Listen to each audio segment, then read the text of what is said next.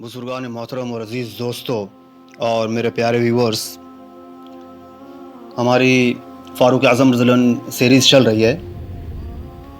اسی مناسبت سے میں نے آگے کا حصہ بنایا ہے۔ سیدنا عمر فاروق رضی اللہ عنہ نے اپنے دور خلافت میں عدل و انصاف کی بہترین مثال قائم فرمائی اور عادل حکمران بن کر تعلیمات عدل کو دنیا میں پھیلا دیا۔ مساوات و برابری اور حقوق کی ادائیگی کا حد درجہ اہتمام فرمایا۔ حضرت ابن عباس رضی اللہ عنہ سے مروی ہے کہ تم عمر کا ذکر کیا کرو، کیونکہ جب تم عمر کو یاد کرو گے تو عدل و انصاف یاد آ جائے گا، اور عدل و انصاف کی وجہ سے تم اللہ کو یاد کرو گے۔ ایک مرتبہ قیصر نے اپنا ایک قاصد حضرت عمر رضی اللہ عنہ کے پاس بھیجا تاکہ حالات کا جائزہ لے اور نظام و انتظام کا مشاہدہ کرے۔ جب وہ مدینہ منورہ آیا تو اس کو کوئی شاہی محل نظر نہیں آیا۔ اس نے لوگوں سے معلوم کیا کہ تمہارا بادشاہ کہاں ہے؟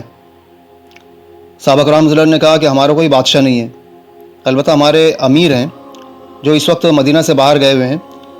قاصد تلاش کرتے ہوئے اس مقام پر آ گیا جہاں امیر المومنین سیدنا عمر رضی اللہ عنہ دھوپ کی گرمی میں سخت ریت پر اپنے درے کو تکیہ بنائے آرام فرما رہے تھے۔ پسینہ آپ کی پیشانی سے ٹپک رہا تھا۔ جب اس نے دیکھا تو سیدنا عمر رضی اللہ عنہ کا جاہ و جلال اور رعب سے وہ گھبرا گیا۔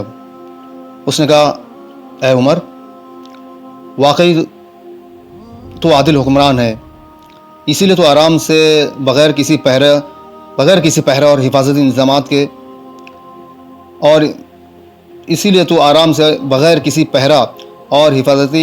انتظامات کے بغیر خوف اور ڈر کے بغیر آرام کر رہا ہے، اور ہمارے بادشاہ ظلم کرتے ہیں، اس لیے خوف و ہراس ان پر چھایا رہتا ہے۔ میں گواہی دیتا ہوں کہ تیرا دین حق ہے۔ میں اگر قاصد بن کر نہیں آتا تو مسلمان ہو جاتا، لیکن میں جا کر اسلام قبول کروں گا۔ حضرت فاروق رضی اللہ عنہ کی خدمت خلق انداز بھی بڑا نرالا تھا۔ گلیوں میں گشت لگاتے ہی تھے۔ نظام خلافت ایسا بنایا تھا کہ کوئی ضرورت مند محروم نہ رہنے پائے۔ حکام اور عمال بھی ایسے متعین فرمائے تھے جو ہر وقت راحت رسانی کی فکر میں کوشاں رہتے۔ ساتھ میں خود امیر المومنین حضرت فاروق اعظم رضی اللہ عنہ بھی ضرورت مندوں کی حاجت پوری کرنے میں لگے رہتے، بلکہ آپ کی زندگی پوری انسانیت کی خدمت میں گزری۔ اسی میں آپ کو مزہ آتا اور دل کو سکون و راحت نصیب ہوتی۔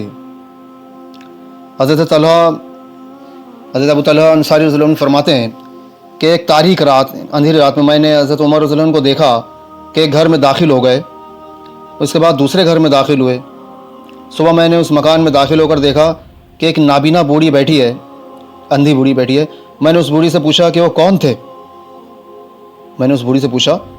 تجھے معلوم ہے؟ اس نے کہا، وہ اسی طرح میرے پاس آ کر میری ضروریات کو پوری کر کے چلے جاتے ہیں اور صفائی ستھرائی کر کے واپس ہو جاتے ہیں۔ میں نے کہا، جانتی ہے تو وہ کون ہے؟ وہ عمر ہیں۔ ایک رات آپ مدینے کے ایک راستے سے گزر رہے تھے تو دیکھا کہ ایک خیمہ لگا ہوا نظر آیا جو کل نہیں تھا۔ اس کے باہر ایک بدوی بیٹھا ہوا ہے، ایک دیہاتی بیٹھا ہوا ہے، اور اندر سے رونے کی آواز آ رہی ہے۔ حضرت عمر رضی اللہ عنہ فوری اس سے قریب گئے، حال دریافت کیا، رونے کا سبب معلوم کیا۔ اس نے کہا کہ میری بیوی کی ڈیلیوری ہونے والی ہے، وہ درد ذہ میں مبتلا ہے، اور کوئی خاتون نہیں جو اس مشکل وقت میں میری مدد کر سکے۔ حضرت عمر فاروق رضی اللہ عنہ گھر تشریف لائے۔ اہلیہ محترمہ حضرت ام کلثوم سے فرمایا کہ اللہ پاک نے آج تمہیں نیکی کمانے کا ایک موقع دیا ہے، کیا تم اس سے فائدہ اٹھاؤ گی؟ بیوی نے کہا کہ ضرور، آپ بتلائیے نا کیا کام ہے۔ آپ رضی اللہ عنہ نے فرمایا کہ ایک اجنبی عورت درد ذہ میں مبتلا ہے، اس کے پاس کوئی عورت نہیں، لہٰذا تم جلدی سے ضرورت کا سامان لے کر میرے ساتھ چلو۔ حضرت ام کلثوم آپ کے ساتھ نکل گئی۔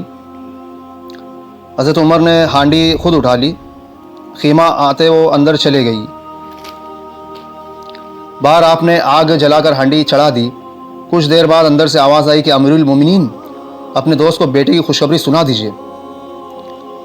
जैसे उस देहाती ने अमीरुल मोमिनीन का लफ्ज़ सुना तो वो घबरा गया। आप रसूल ने फरमाया कि घबराओ नहीं, इत्मीनान रखो। फिर जो खाना तैयार हुआ था अंदर दे दिया कि उस खातून को खिलाया जाए। उसके बाद आपने उस देहाती से कहा कि तुम भी खा लो, बहुत देर से भूखे हो। और ये कहकर रुखसत हो गए कि सुबह आ जाओ, बच्चे का रोज़ीना मुकर्रर हो जाएगा। सैयदना उमर फ़ारूक रज़ियल्लाहु अन्हु की मुबारक ज़िंदगी में इस तरह के कई वाक़यात हैं कि आपने खामोशी के साथ लोगों की मदद की, परेशान हालों की मदद की, परेशान हाल लोगों की खिदमत की और मोहताजों की ज़रियात की तकमील फरमाई। हमारे आज के दौर में आप लोगों को नज़र आते हैं कि ऐसे पॉलिटिशियंस, ऐसे मिनिस्टर्स, नेता नज़र आते हैं।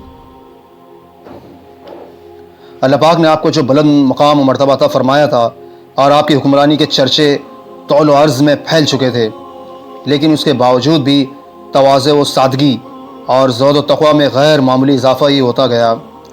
आप हर वक्त इसी फ़िक्र में रहते कि प्यारे आका सल्लल्लाहु अलैहि वसल्लम ने जिस हाल में छोड़ा उसी पर पूरी ज़िंदगी गुजर जाए।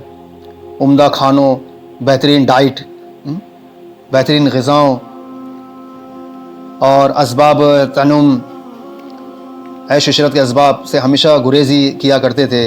एक मरतबा अहले बसरा का एक वफ़द हज़रत उमर रज़ियल्लाहु अन्हु के पास आया। उन लोगों के लिए रोज़ाना 3 रोटियों का इंतज़ाम होता। उन लोगों के लिए रोज़ाना 3 रोटियों का इंतज़ाम होता। वो कहते हैं कि हमने कभी बतौर सालन के रोगन ज़ैतून पाया। वो कहते हैं कि हमने कभी बतौर सालन के रोगन ज़ैतून पाया, कभी घी, कभी दूध, कभी खुश्क किया हुआ गोश्त जो बारीक करके उबाल लिया जाता था, कभी ताज़ा गोश्त, और ये कम होता था। उन्होंने एक रोज़ हमसे कहा कि कौम, मैं अपने खाने के मुतालिक तुम लोगों की नागवारी और नापसंदगी महसूस करता हूँ। अगर मैं चाहूँ तो तुम सबसे अच्छा खाने वाला, तुम सबसे अच्छी ज़िंदगी बसर करने वाला हो जाऊँ। मैं भी सीने और कोहान के सालन और बारीक रोटियों के मज़े से नावाकिफ़ नहीं हूँ, लेकिन मैंने अल्लाह पाक का ये फ़रमान सुन रखा है कि अज़हबतुम तय्यबातुकुम फ़ी हयातिकुम दुनिया वस्तमतअतुम बिहा। लिबास और पोशाक में भी उसी तरह की सादगी आपने इख्तियार की जो हर एक के लिए नहायत हैरत अंगेज़ और ईमान अफरोज़ है। हज़रत हसन रहमतुल्लाह फरमाते हैं कि एक मरतबा आप खुतबा दे रहे थे और आपके जिस्म पर जो लिबास था उसमें 12 पेवंद लगे हुए थे। कितने पेवंद लगे थे?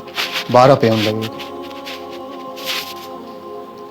सैयदना उमर फ़ारूक रज़ियल्लाहु अन्हु जिस तरह अपनी रियाया और दूसरे अफराद की राहत रसानी की फ़िक्र में रहते और उनकी खिदमत करने में पेश रहते, इसी तरह आप खादिमों और ग़ुलामों के साथ ऐसा सलूक करते कि ग़ुलाम व आका, मालिक व ममलूक का फ़र्क नहीं होता और इनको आराम पहुँचाने में आगे रहते। हज़रत उमर रज़ियल्लाहु अन्हु जिनकी अज़मत से बातिल के दिल लरसते और बदन काँपते थे, वो इतने रहमदिल और खैरख्वाह थे कि उनकी रहमदिली और खैरख्वाही से ग़ुलाम भी सुकून इत्मीनान महसूस करते थे। हज़रत उमर रज़ियल्लाहु अन्हु जब हज के लिए मक्का मुकर्रमा तशरीफ़ लाए तो सफ़वान बिन उमय्या रज़ियल्लाहु अन्हु ने दावत दी और खाना ऐसे बड़े बर्तन में लाया गया जिसको 4 आदमी उठा सकते थे। खादिमों ने खाना ला कर रख दिया और वापस होने लगे। हज़रत फ़ारूक आज़म रज़ियल्लाहु अन्हु ने फरमाया कि तुम लोग हमारे साथ नहीं खाओगे? तो उन खादिमों ने कहा कि नहीं, हम बाद में खा लेंगे। ये बात सुनकर आप सख्त नाराज़ हुए और इरशाद फरमाया कि अल्लाह पाक लोगों पर रहम करे, ये अभी तक तबक़ात में बटे हुए हैं। फिर खुद्दाम को हुक्म दिया कि बैठ जाओ। चुनांचे सब ने खाना खाया।